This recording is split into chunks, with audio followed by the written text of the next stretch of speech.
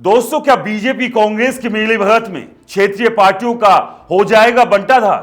क्या पिछले 10 दिनों में भारत की राजनीति में ऐसा भूचाल आया है कि बीजेपी और कांग्रेस की चालाकी ने क्षेत्रीय दलों को किनारे कर दिया? क्या नीतीश कुमार, चिराग पासवान, जयंत चौधरी जैसे नेता अपनी जमीन खोते जा रहे हैं सिर्फ इसलिए क्योंकि एक सियासी बिसात बिछाई गई है जिसमें क्षेत्रीय पार्टियां धराशायी हो रही है?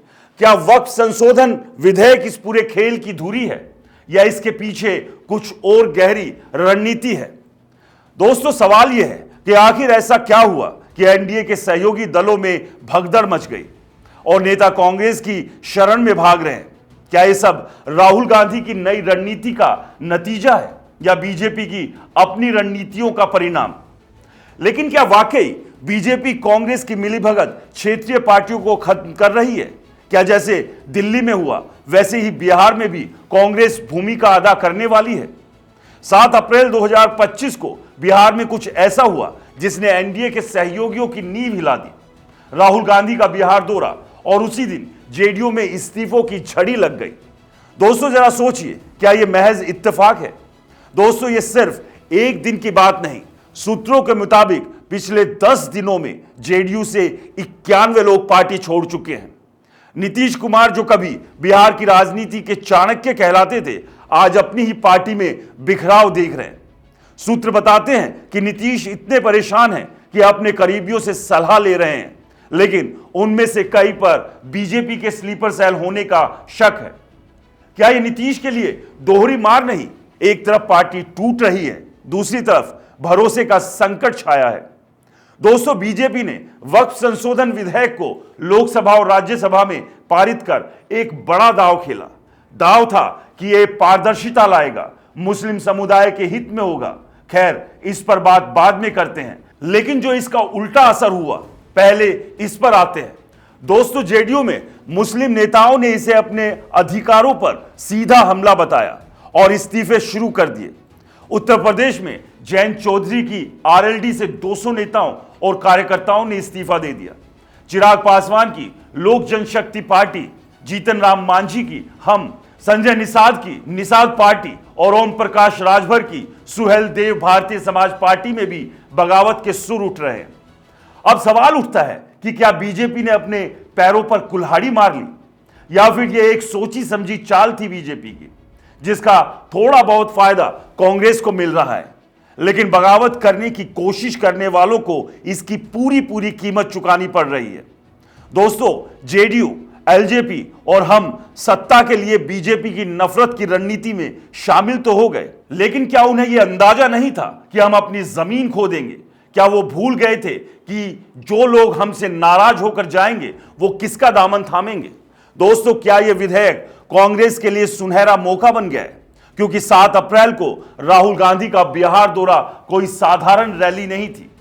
प्लान रोको, नौकरी दो जैसे कार्यक्रमों के जरिए उन्होंने युवाओं से जुड़ने की सीधी कोशिश की। उसी दिन जेडीयू में इस्तीफों की बाढ़ आ गई।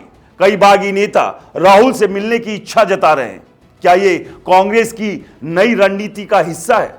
दोस्तों, राजनीतिक जानकारों का कहना है कि अगर इन बागियों का 60% भी कांग्रेस के साथ जुड़ता है तो पार्टी इंदिरा गांधी के दौर की ताकत हासिल कर सकती है।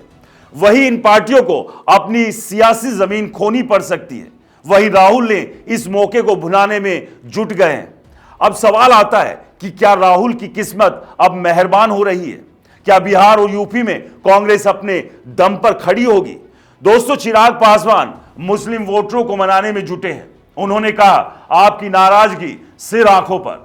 उनसे तमाम तरह की बातें कर रहे हैं, पुरानी बातें याद दिला रहे हैं, लेकिन क्या यह कोशिश उनकी पार्टी को बचा पाएगी? जयंत चौधरी की आरएलडी में बिखराव साफ दिख रहा है। नीतीश की जेडीयू तो पहले ही संकट में है। दोस्तों, यह हाल सिर्फ बिहार यूपी तक सीमित नहीं है, कई और राज्यों में भी ऐसी ही स्थिति बन रही है। दोस्तों, आपको याद होगा पिछले दिनों दिल्ली में आम आदमी पार्टी के खिलाफ कांग्रेस मैदान में उतरी। वो चुनावी वक्त था और बीजेपी को जीत मिली, जबकि आपको करारी हार मिली। उस समय भी यह कहा गया था कि बीजेपी और कांग्रेस के बीच में कुछ तो चल रहा है, अरविंद केजरीवाल को खत्म करने का प्लान है। दोस्तों, फिर वही सवाल उठ रहा है कि क्या यह संकेत है कि बीजेपी और कांग्रेस मिलकर क्षेत्रीय दलों को कमजोर कर रहे हैं? क्या दोनों राष्ट्रीय पार्टियां एक दूसरे के खिलाफ लड़ने का नाटक कर क्षेत्रीय दलों को खत्म करने की साजिश रच रही है? दोस्तों, महज ये सवाल हो सकते हैं, कोई ठोस प्रूफ मिलना मुश्किल है, क्योंकि राजनीति में जो होता है उसका कोई फुटप्रिंट नहीं होता। चाल कहीं और चली जाती है और चाल की छाप कहीं और दिखती है। दोस्तों, असली खेल क्या है? बीजेपी की रणनीति क्या थी? शायद यही कि वक्फ बिल को पारित कर बीजेपी ने अपने हिंदुत्व एजेंडे को मजबूत करने की कोशिश की, लेकिन सहयोगी दलों को अपनी जमीन गंवानी पड़ रही है। सहयोगियों के लिए बगावत ने इसके उल्टे नतीजे देने शुरू कर दिए हैं। अब सवाल तो यह भी है कि क्या बीजेपी ने जानबूझकर ऐसा किया ताकि क्षेत्रीय दल कमजोर हो जाए और कांग्रेस मजबूत होकर विपक्ष की धुरी बने? दोस्तों, आप भी सोच रहे होंगे मैं कैसा सवाल कर रहा हूं। दोस्तों, दरअसल इसमें बीजेपी को दो ध्रुवीय राजनीति में फायदा मिल सकता है। वहीं कांग्रेस का फायदा भी है।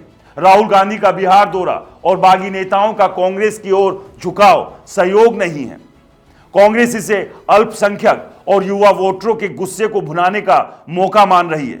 अब सोचिए जरा, क्या यह उसकी खोई जमीन वापस पाने की राह नहीं है? दोस्तों, क्षेत्रीय दलों की अपनी अपनी कमजोरी है। नीतीश, चिराग, जैन जैसे नेता अपनी जमीन बचाने में नाकाम दिख रहे हैं। बीजेपी कांग्रेस की साझा रणनीति के शिकार हो रहे हैं। अब सबसे गंभीर सवाल तो यही है कि क्या क्षेत्रीय दल हमेशा के लिए हाशिए पर चले जाएंगे? क्या बीजेपी और कांग्रेस क्षेत्रीय पार्टियों का बंटाधार कर देगी? दोस्तों, राजनीति वो खेल है जिसमें दिखाई कुछ और देता है और असलियत में कुछ और होता है। दोस्तों, कुछ तो बड़ा खेल चल रहा है। वक्फ बिल ने एनडीए में दरार डाली, लेकिन कांग्रेस के लिए संजीवनी बनकर उभरा। नीतीश, चिराग, जैन जैसे नेताओं की पार्टियां संकट में हैं और राहुल गांधी इसे भुनाने में जुटे हैं। दोस्तों, आपकी राय क्या है? कमेंट बॉक्स में जरूर बताएं। तब तक के लिए नमस्कार।